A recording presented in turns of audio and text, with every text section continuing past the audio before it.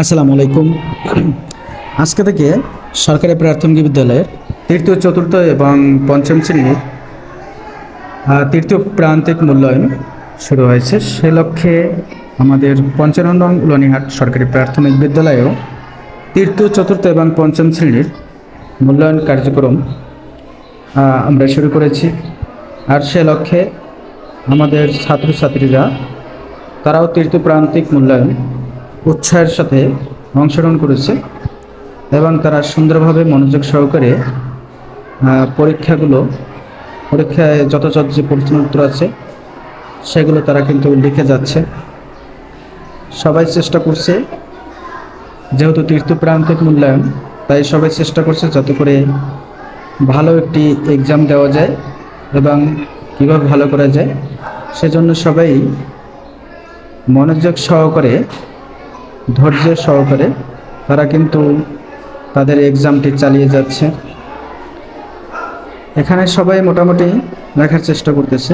প্রশ্নের ধরনগুলোর ভিতরে এটা হচ্ছে তৃতীয় শ্রেণীর প্রশ্ন, বাংলা প্রশ্ন। প্রথমে রয়েছে কবিতা লিখতে হবে 8 লাইন, তারপরে শব্দের অর্থ, তারপরে হচ্ছে বিরাম চিহ্ন আছে, বাক্য রচনা আছে, যুক্তবর্ণ ভেঙে লেখা, শব্দ দিয়ে বাক্য গঠন, ডান বাম, তারপরে রয়েছে একটি ফর্ম পূরণ রয়েছে, আর রয়েছে রচনা। এটা হচ্ছে পঞ্চম শ্রেণীর। এখানেও একটি কবিতা লিখতে বলা হয়েছে। তারপরে হচ্ছে শূন্যস্থান রয়েছে, প্রশ্ন রয়েছে, সংক্ষিপ্ত প্রশ্ন রয়েছে, তারপর হচ্ছে কবিতার মূল ভাব, তারপরে শব্দের অর্থগুলো, এছাড়াও রয়েছে বাক্য রচনা, তারপরে যুক্তবর্ণ ভেঙে লেখা, সঠিক উত্তরের টি।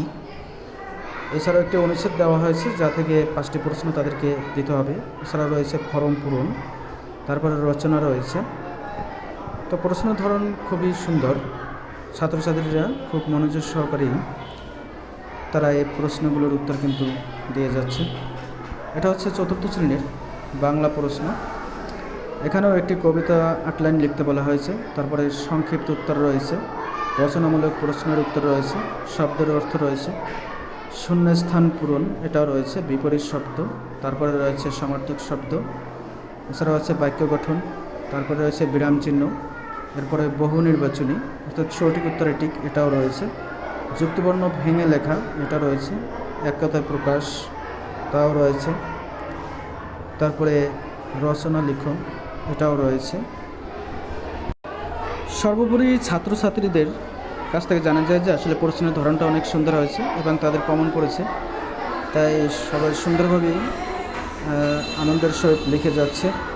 তো সবাই অবশ্যই আমাদের ছাত্রছাত্রীর জন্য অবশ্যই দোয়া করবেন, তারা যেন ভালোভাবে পরীক্ষাগুলো শেষ করতে পারে।